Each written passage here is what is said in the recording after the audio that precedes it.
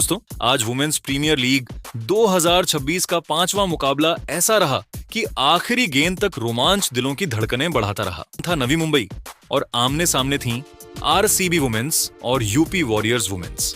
Stadium में बैठे दर्शकों के चेहरे पर उत्साह साफ झलक रहा था। हर कोई एक जबरदस्त मुकाबले की उम्मीद लेकर आया था और यकीन मानिए, मैच ने किसी को निराश नहीं किया। टॉस का सिक्का उछला और किस्मत ने आरसीबी का साथ दिया। कप्तान स्मृति मंधाना ने बिना एक पल गंवाए गेंदबाजी का फैसला लिया और आगे चलकर यही फैसला यूपी वॉरियर्स पर भारी पड़ता नजर आया। यूपी की ओर से पारी की शुरुआत करने मैदान पर उतरी मेग लैनिंग और हरलीन देओल दोनों अनुभवी बल्लेबाज थीं, लेकिन आरसीबी की गेंदबाजों ने शुरू से ही ऐसा जाल बिछाया कि रन बनाना किसी पहेली से कम नहीं लग रहा था। हर गेंद पर दबाव था, हर रन के लिए जद्दोजहद करनी पड़ रही थी। पहले 4 ओवर बीत गए और स्कोर बोर्ड पर सिर्फ 21 रन टंगे हुए थे। दबाव बढ़ा तो गलती भी हुई। 5वें ओवर की दूसरी गेंद पर लॉरेन बेल ने ऐसी शानदार गेंद डाली कि हरलीन देओल बड़ा शॉट खेलने के चक्कर में चूक गई। गेंद हवा में गई और फील्ड में मौजूद स्मृति मंधाना ने बड़ी ही आसानी से कैच लपक लिया। हरलीन की पारी वहीं खत्म हो गई। 14 गेंदों में 11 रन बनाकर वह पवेलियन लौट गई और यूपी वॉरियर्स का स्कोर एक विकेट के नुकसान पर 36 रन हो गया। हरलीन के जाने के बाद फोबी लीचफील्ड मैदान पर आईं। उनसे उम्मीद थी कि वह रन गति बढ़ाएंगी, लेकिन आरसीबी का शिकंजा ढीला पड़ने का नाम ही नहीं ले रहा था। हाँ, पावर प्ले के आखिरी ओवर में श्रेयंका पाटिल के खिलाफ उनके बल्ले से लगातार 2 चौके जरूर देखने को मिले, जिससे यूपी ने किसी तरह पावर प्ले में 36 रन पूरे किए। लेकिन इसके बाद 7वां ओवर फिर से गेंदबाजों के नाम रहा और रन रेट वहीं ठहर सा गया। 8वां ओवर लेकर आईं श्रेयंका पाटिल और यहीं से यूपी वॉरियर्स की मुश्किलें और बढ़ गईं। ओवर की दूसरी ही गेंद पर उन्होंने कप्तान मेग लैनिंग को पवेलियन भेज दिया।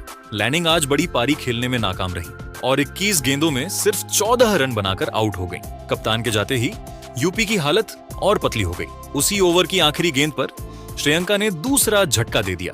फोबी लीचफील्ड बड़ा शॉट खेलने गई, लेकिन गेंद सीधी स्मृति मंधाना के हाथों में चली गई। 11 गेंदों में 20 रन की तेज तर्रार पारी खेलकर वह भी लौट गई। 8 ओवर के बाद स्कोर था 50 रन पर 3 विकेट। इसके बाद 9वें ओवर के लिए गेंद संभाली नादिन डिक्लर्क ने और उन्होंने आते ही यूपी वॉरियर्स पर कहर बरपा दिया। पहली ही गेंद पर किरण नवगिरे बड़ा शॉट खेलने के प्रयास में बाउंड्री पर कैच दे बैठी। यूपी को उनसे काफी उम्मीदें थीं, लेकिन वह सिर्फ 3 गेंदों में 5 रन बनाकर आउट हो गईं। इससे उबरने का मौका भी नहीं मिला था कि अगली ही गेंद पर श्वेता सहरावत भी पवेलियन लौट गईं। नादिन की तेज गेंद पर वह अरुंधति के हाथों कैच थमा बैठी और बिना खाता खोले आउट हो गईं। 9वां ओवर खत्म होते होते यूपी वॉरियर्स ने 50 रन पर अपने 5 विकेट गंवा दिए थे। अब क्रीज पर 2 नई बल्लेबाज दीप्ति शर्मा और डेंड्रा डोटीन क्रीज पर थी। 10 ओवर की समाप्ति तक यूपी का स्कोर 56 रन 5 विकेट के नुकसान पर हो गया। 12वें ओवर के लिए गेंद था लिंडसे स्मिथ ने। उन्होंने अपनी लाइन और लेंथ पर शानदार नियंत्रण दिखाया और शुरुआत से ही बल्लेबाजों को खुलकर खेलने का मौका नहीं दिया। हालांकि ओवर की चौथी गेंद पर दीप्ति शर्मा ने अपनी क्लास दिखाई और एक शानदार चौका जड़ दिया, लेकिन इसके अलावा इस ओवर में कोई बड़ा शॉट देखने को नहीं मिला। स्मिथ ने बेहद कसी हुई गेंदबाजी करते हुए पूरे ओवर में सिर्फ 8 रन ही खर्च किए। वहीं 14वें ओवर के लिए गेंदबाजी करने आई अरुंधति रेड्डी। उन्होंने भी अपनी जिम्मेदारी को बखूबी निभाया। सटीक लाइन और धीमी गेंदों के मिश्रण से उन्होंने बल्लेबाजों को पूरी तरह जकड़ लिया। बल्लेबाज हाथ खोलना चाहते थे, लेकिन हर बार गेंदबाजिशें उनसे एक कदम आगे नजर आई। इस ओवर में अरुंधति रेड्डी ने मात्र 4 रन दिए और दबाव को और बढ़ा दिया।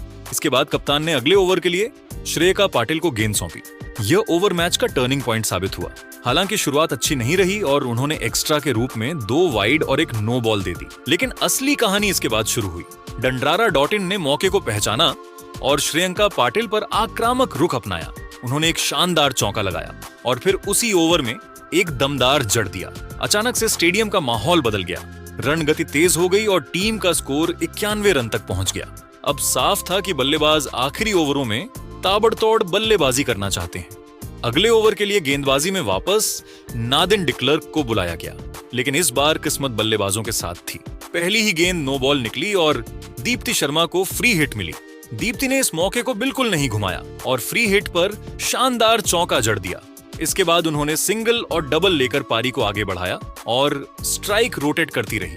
इसी ओवर में यूपी वॉरियर्स के 100 रन भी पूरे हो गए और दीप्ति शर्मा तथा डंडराइन के बीच अर्धशतकीय साझेदारी भी पूरी हो गई। यह साझेदारी उस वक्त आई जब टीम को इसकी सबसे ज्यादा जरूरत थी।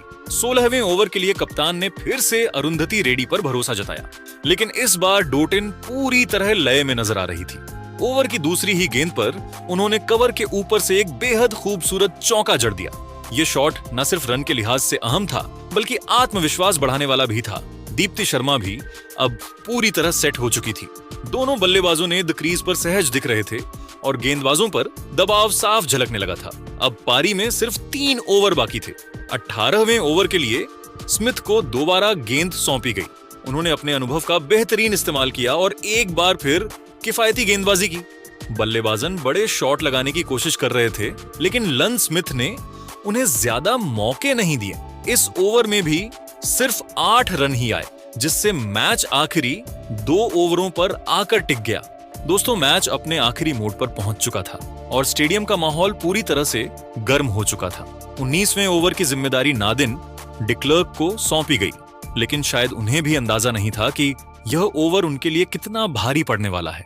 सामने क्रीज पर खड़ी थीं यूपी वॉरियर्स की कप्तान दीप्ति शर्मा और उनके इरादे 19वें ओवर की जिम्मेदारी नादिन डिक्लर्क को सौंपी गई, लेकिन शायद उन्हें भी अंदाजा नहीं था कि यह ओवर उनके लिए कितना भारी पड़ने वाला है। सामने क्रीज पर खड़ी थीं यूपी वॉरियर्स की कप्तान दीप्ति शर्मा और उनके इरादे बिल्कुल साफ थे। ओवर की दूसरी ही गेंद पर दीप्ति ने लेग साइड की तरफ ऐसा करारा शॉट जरा कि गेंद सीधे दर्शकों के बीच जा गिरी। स्टेडियम तालियों और शोर से गूंज उठा और यूपी वॉरियर्स के डगआउट में जोश साफ नजर आने लगा। अब पारी की सिर्फ 6 गेंदें बाकी थीं और बल्लेबाज आखिरी ओवर में बड़ा धमाका करने के मूड में थीं।